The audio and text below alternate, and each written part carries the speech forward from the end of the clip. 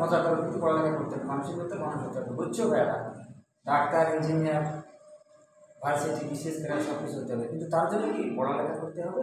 আর এই ইংরেজির যে সাবজেক্ট আছে, সাবজেক্ট সুন্দর করে শিখতে হবে। তোমরা যারা 4, 5, 6, 7, 8, 9 আসো, যারা ইংরেজি বোঝো না, আমি কিন্তু একদম জিরো থেকে শুরু করছি।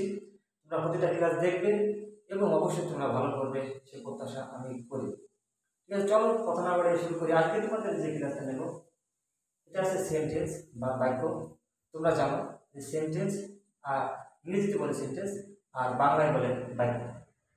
এখন অনেকেই এই সেন্টেন্সটা বোঝে না, যার জন্য তোমাদের জন্য এই ক্লাসটা। আচ্ছা চলো বোঝানোর চেষ্টা করি। এখানে লিখেছি যে সেন্টেন্স বা বাক্য, ইংরেজিতে বলে সেন্টেন্স আর বাংলায় বলে বাক্য। এবার বলো সেন্টেন্স কাকে বলে? তোমরা অনেকেই জানো, তারপর আমি তোমাদের বলে দিচ্ছি। সেন্টেন্স কাকে বলে? বক্তার বক্তব্যের সম্পূর্ণ অংশকে সেন্টেন্স বলে। কি বলে? বক্তার বক্তব্যের সম্পূর্ণ অংশকে সেন্টেন্স বলে। আমি এখন বক্তা, আমি এখন বলতেছি যে Rahul is a good student. কি বলতেছি? Rahul is good student.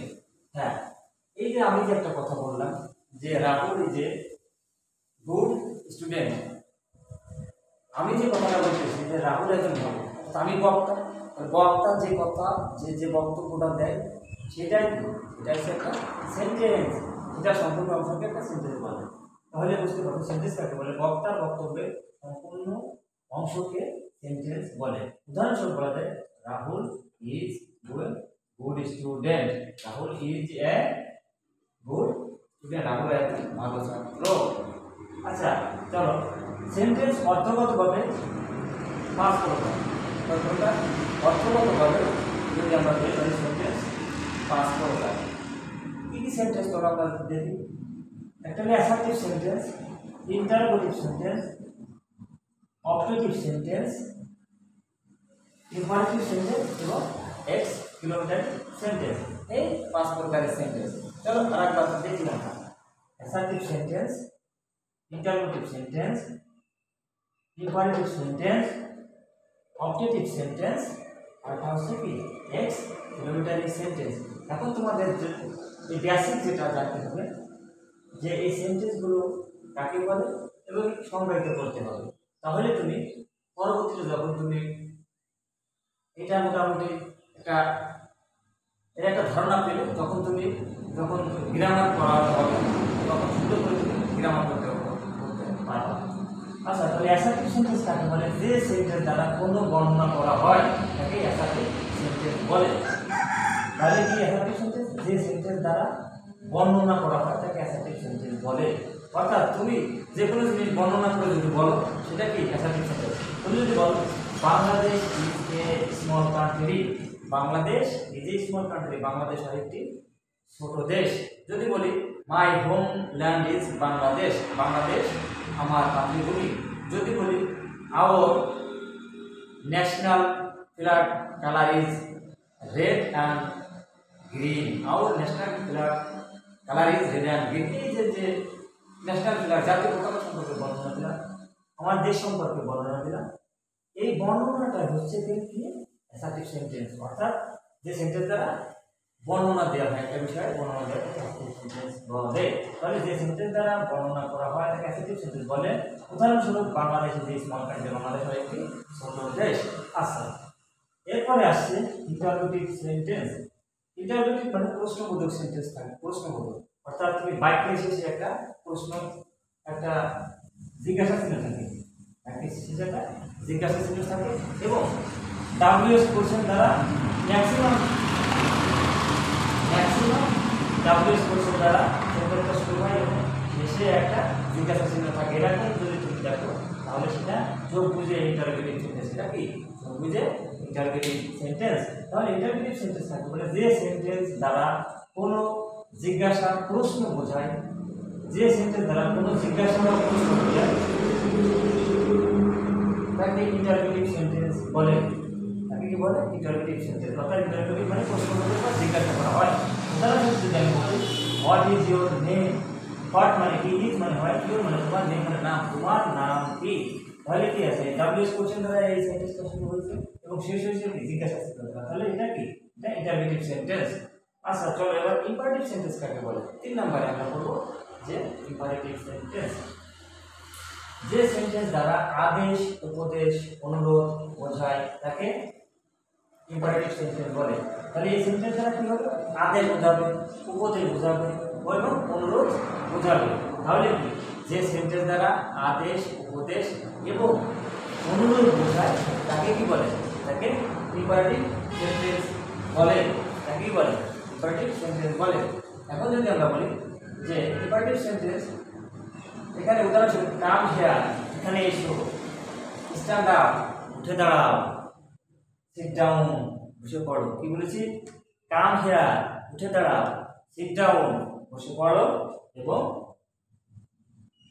Stand up উঠে দাঁড়াও তাহলে কি এই সেন্টেন্স দ্বারা আদেশ উপদেশ এবং অনুরোধ বোঝায় তাহলে এই সেন্টেন্সটা ইম্পারেটিভ সেন্টেন্স মানে আদেশ উপদেশ এবং অনুরোধ বোঝায় তো 4 নম্বরে আছে অবজেক্টিভ সেন্টেন্স অবজেক্টিভ সেন্টেন্স কাকে বলে যে সেন্টেন্স দ্বারা ইচ্ছা আকাঙ্ক্ষা বা প্রার্থনা বোঝায় অথবা যে সেন্টেন্স দ্বারা প্রার্থনা ইচ্ছা মনের ইচ্ছা আকাঙ্ক্ষা বোঝায় সেটা কি যে আমি এই কাজটা করব বা আমার ইচ্ছা এটা বা আমি একজনের জন্য দোয়া করলাম এইগুলো যে সেন্টেন্সে থাকে সেই সেন্টেন্সটা আছে অবজেক্টিভ সেন্টেন্স তাহলে অবজেক্টিভ সেন্টেন্স আমরা কি বলতে পারি যে সেন্টেন্স দ্বারা ইচ্ছা আকাঙ্ক্ষা বা প্রার্থনা বোঝায় তাকে কি অবজেক্টিভ সেন্টেন্স বলে চলো আমরা উদাহরণ দেখি তাহলে if I were a king if যদি আই ওয়ার এ কিং যদি আমি একটা রাজা হতে পারতাম যদি আমি একটা রাজা হতে পারতাম না যদি আমি একটা রাজা হতে পারতাম তাহলে কি সারা পৃথিবীতে শাসন করতাম তাই তো হ্যাঁ আচ্ছা এখানে আছে if I were A president of Bangladesh এটা কিন্তু দারুণ একটা সেন্টেন্স তাই না যদি আমি বাংলাদেশের প্রেসিডেন্ট হতাম তাহলে কি হতাম বাংলাদেশের প্রেসিডেন্ট হলে আমি সকলকে মারতাম তাই তো নাকি দেশের উন্নয়ন করতাম আচ্ছা বাংলাদেশের প্রেসিডেন্ট হলে কি দেশের উন্নয়ন করতে হবে ঠিক আছে আচ্ছা তাহলে এটা গেল অবজেক্টিভ সেন্টেন্স এবার হচ্ছে 5 নম্বরে এস কিলোমিটার সেন্টেন্স তোমরা জানো এস কিলোমিটার সেন্টেন্স আদেশ উপদেশ অনুরোধ বোঝালে আদেশ উপদেশ এবং যদি অনুরোধ বোঝায় তাহলে কি সেটা এস কিলোমিটার সেন্টেন্স চলো দেখি যে সেন্টেন্স দ্বারা আনন্দ বেদনা আবেগ বোঝায় তাহলে কি যে সেন্টেন্স দ্বারা আনন্দ বেদনা আবেগ বোঝায় তাকে এক্সক্লেমেটরি সেন্টেন্স বলে উদাহরণস্বরূপ বলি ও ইট ইজ ভেরি স্যাড ও এটা খুব দুঃখের কথা উই ওন দ্য ম্যাচ আমরা ম্যাচে জিতে গেছি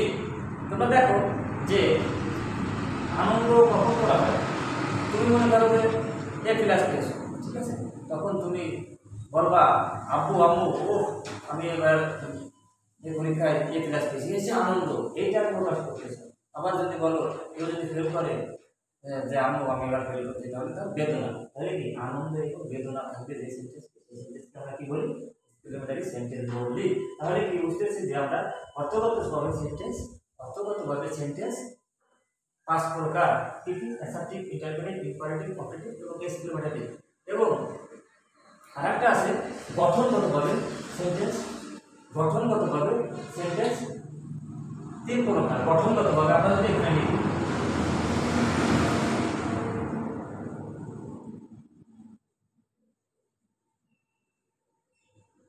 গঠনগতভাবে 3 প্রকার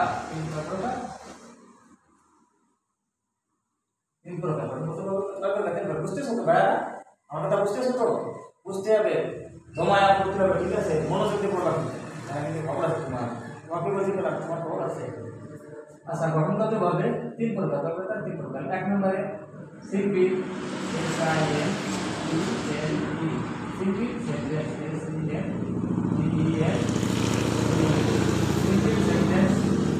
2 নম্বরে সিম্পল সেন্টেন্স সরল বাক্য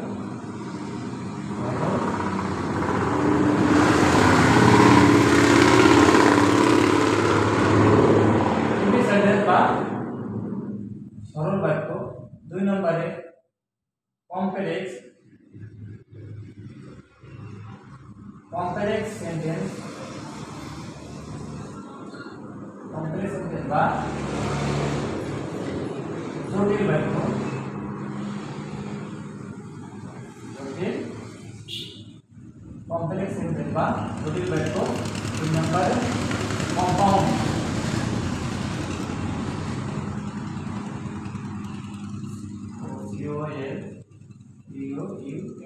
কম্পাউন্ড সেন্টেন্স, কম্পাউন্ড সেন্টেন্স বা যৌগিক বাক্য। কি বাক্য?